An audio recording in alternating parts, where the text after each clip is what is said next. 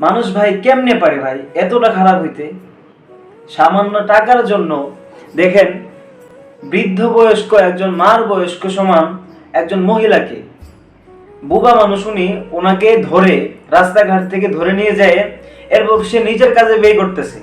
দেখেন, 1 বছর যাবত ওই মহিলাটাকে হাত পা বেঁধে টলির মধ্যে করে ঢাকা বনানী সেন্টার মসজিদের সামনে 1 বছর যাবত ভিক্ষা করা।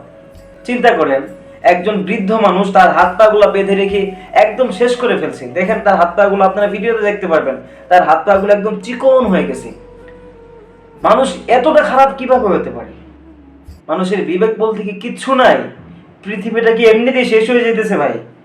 হ্যাঁ, তার যখন টাকার এতই অভাব তাহলে সে কাজ করে খাক। একজন দেখেন, একজন কথা বলতে পারে না, একজন বুবা মানুষ তাকে দিয়ে এইভাবে এই কাজগুলো করাইতেছে।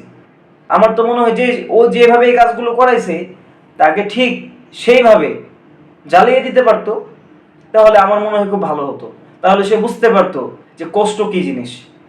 একজন মানুষ কথা বলতে পারে না, সেই মানুষটাকে এইভাবে নির্যাতন করে ভিক্ষা করা, আজকে মানুষ বলে পরিচয় দিতেও লজ্জা বোধ হয়। মানুষের বিবেক আরো কবে ঠিক হবে ভাই?